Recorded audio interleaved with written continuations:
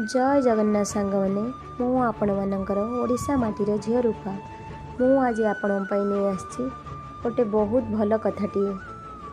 शास्त्र रे अच्छी श्रवणं कीर्तनं विष्णु स्मरणं पाद सेवनम अर्चनं वंदनं दाख्यं संख्यम आत्मनिवेदनम।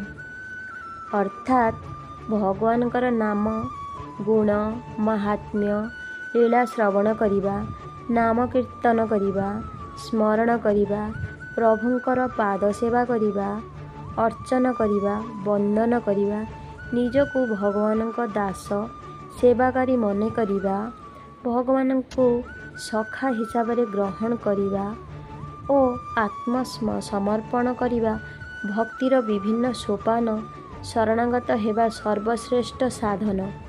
जदि आपण को मो भिडियोटी भल लगी थाए ताहले कमेंट माध्यम निश्चिंत जणाइबे। जय जगन्नाथ।